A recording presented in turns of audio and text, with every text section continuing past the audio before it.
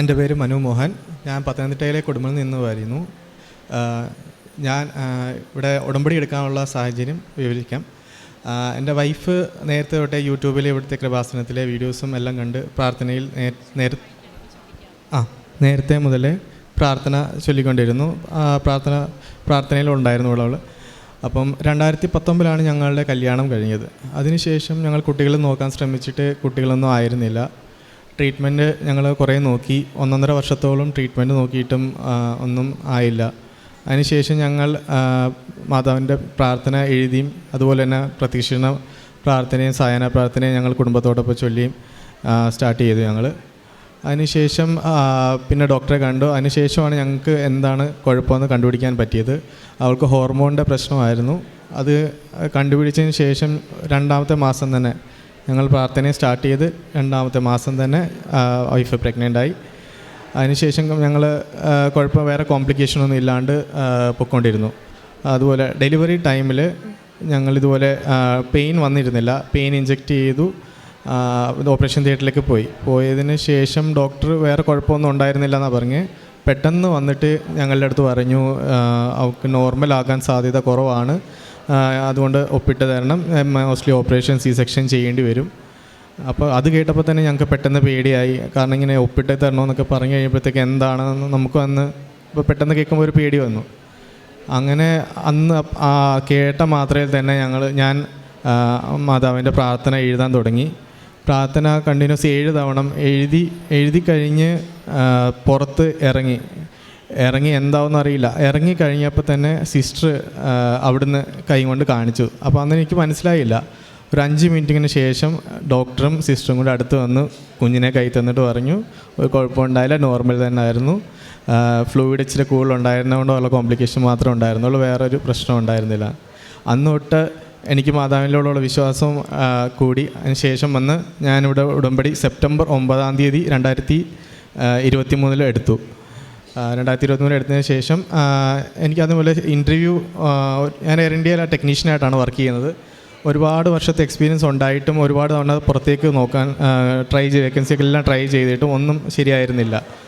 അപ്പം ഉടമ്പടി എടുത്തതിന് ശേഷം കറക്റ്റ് 5ാമത്തെ മാസം എനിക്ക് ആദ്യത്തെ ഇൻ്റർവ്യൂ കോൾ വന്നു. എത്തിഹാദ് എഞ്ചിനീയറിങ്ങിൽ നിന്ന് ആദ്യത്തെ എൻ്റെ ഇൻ്റർവ്യൂ കോൾ വന്നു. ഇൻ്റർവ്യൂ മാതാവിൻ്റെ ഉടമ്പടി കാശുരൂപം കൊണ്ടാണ് ഞാൻ പോയത്.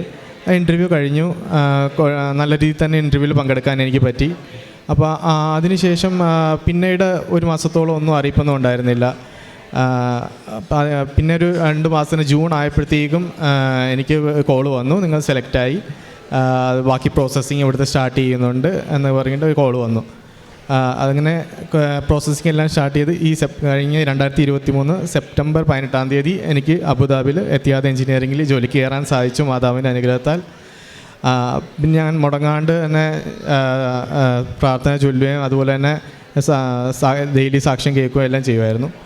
പിന്നീട് വേറൊരു അനുഭവം എനിക്ക് പറയാനുള്ളത്, എൻ്റെ ചേട്ടൻ്റെ മകന് ഒരു ആക്സിഡൻറ്റ് നടന്നിരുന്നു. ബൈക്ക് ആക്സിഡൻ്റ് ആയിരുന്നു. തലയ്ക്കും കാലിലും സീരിയസ് ആയിട്ടുള്ളൊരു ഇഞ്ചുറി ആയിരുന്നു നടന്നിരുന്നത്.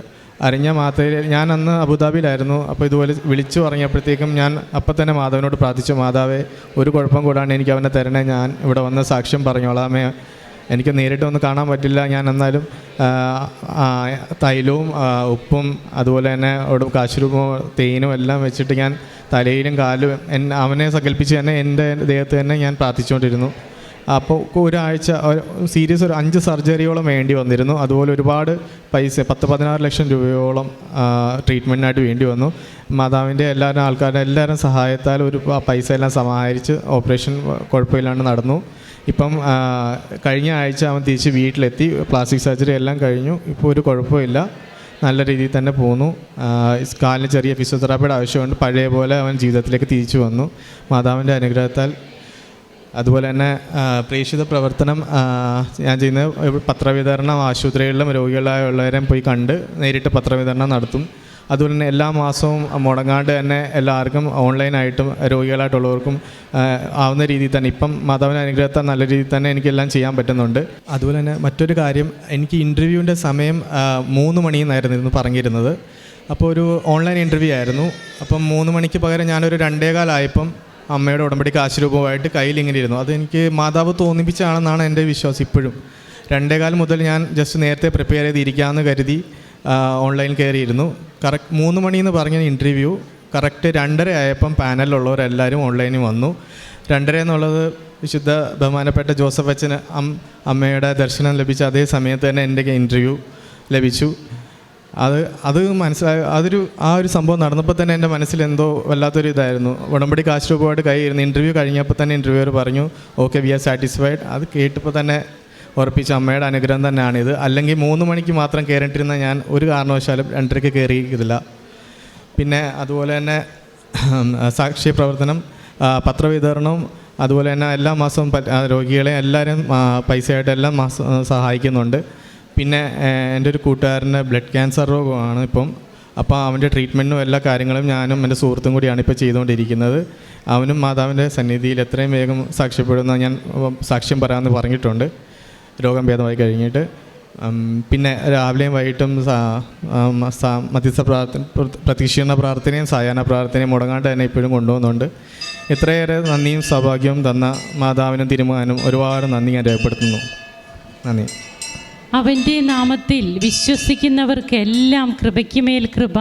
തന്നെ വിളിച്ചപേക്ഷിക്കുന്നവർക്കൊക്കെ വാരിക്കോരി നിറച്ചളന്ന് മടിയിലിട്ട് നമ്മെ സംതൃപ്തരാക്കുന്ന ദൈവത്തിൻ്റെ കരുണയുടെ കരുതലാണ് നമുക്ക് ഓരോ അനുഭവ സാക്ഷ്യങ്ങളിലൂടെയും കാണുവാനും കേൾക്കുവാനും കഴിയുന്നത്.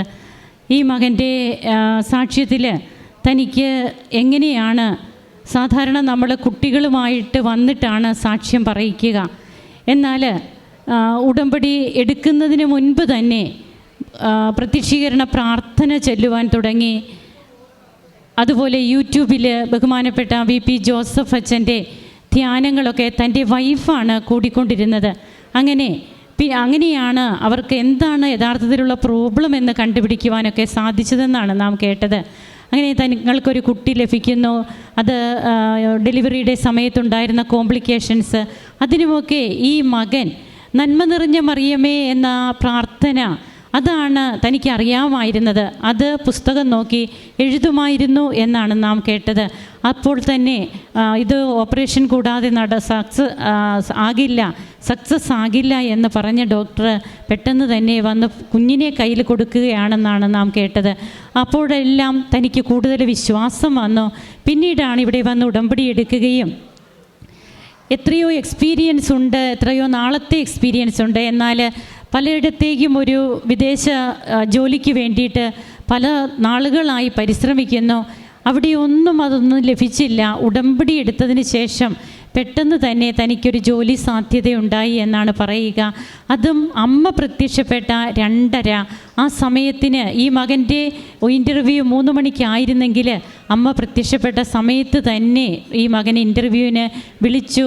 അതിലൊക്കെ ഓരോ വ്യക്തികളും കാണുന്ന ഒരു പ്രാധാന്യമാണത്. അതായത് 2:30 ഇൻ്റർവ്യൂ നടക്കാമായിരുന്നില്ലേ എന്ന് ചോദിക്കുന്നവർക്ക് അത് നിങ്ങളുടെ വെറും ചോദ്യം മാത്രമാണ്. എന്നാൽ ഉടമ്പടി എടുത്ത ഒരു വ്യക്തിക്ക് അത് തൻ്റെ ജീവിതത്തിൽ അമ്മ പ്രത്യക്ഷപ്പെട്ട സമയമാണ്. അതിന് ആ വ്യക്തി കൊടുക്കുന്ന വില ഒത്തിരിയാണ്. അങ്ങനെ തനിക്ക് ഒരു കാരണവശാലും പുറത്തേക്ക് പോകുവാനായിട്ട് ഒരു വാതിലും വർഷങ്ങളായിട്ട് തുറന്നില്ല. പക്ഷേ ഉടമ്പടി തനിക്ക് വാതിൽ തുറന്നു തന്നു. ഇന്ന് ഇവിടെ വന്ന് സാക്ഷ്യം പറയുമ്പോൾ ഏറ്റവും നല്ല രീതിയിൽ താൻ ഉടമ്പടി ജീവിക്കുന്നു. തൻ്റെ ബന്ധുവായ ഒരു വ്യക്തിക്ക് വേണ്ടിയിട്ട് താൻ തന്നെ എങ്ങനെയാണ് അബുദാബിയിലിരുന്ന് തൻ്റെ ശരീരത്തിൽ ഉടമ്പടി നേർച്ചവത്തുക്കൾ ഉപയോഗിച്ച് പ്രാർത്ഥിക്കുകയും അപകടത്തിൽപ്പെട്ട ആ മകൻ എങ്ങനെ ഇപ്പോൾ പൂർണ്ണ ആരോഗ്യവാനായി എന്നുള്ളതുമൊക്കെയാണ് സാക്ഷ്യത്തിലൂടെ നമുക്ക് കേൾക്കുവാൻ കഴിയുന്നത്.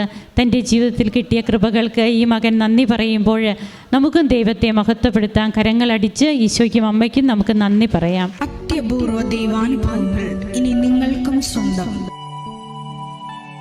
ഈ യൂട്യൂബ് ചാനൽ ഇതുവരെ സബ്സ്ക്രൈബ് ചെയ്തിട്ടില്ലെങ്കിൽ ഇപ്പോൾ തന്നെ സബ്സ്ക്രൈബ് ചെയ്യുക. ഈ വീഡിയോ ഇപ്പോൾ തന്നെ നിങ്ങളുടെ സുഹൃത്തുക്കൾക്ക് ഷെയർ ചെയ്തുകൊണ്ട് കർത്താവിൻ്റെ പ്രേക്ഷിതരാകുക.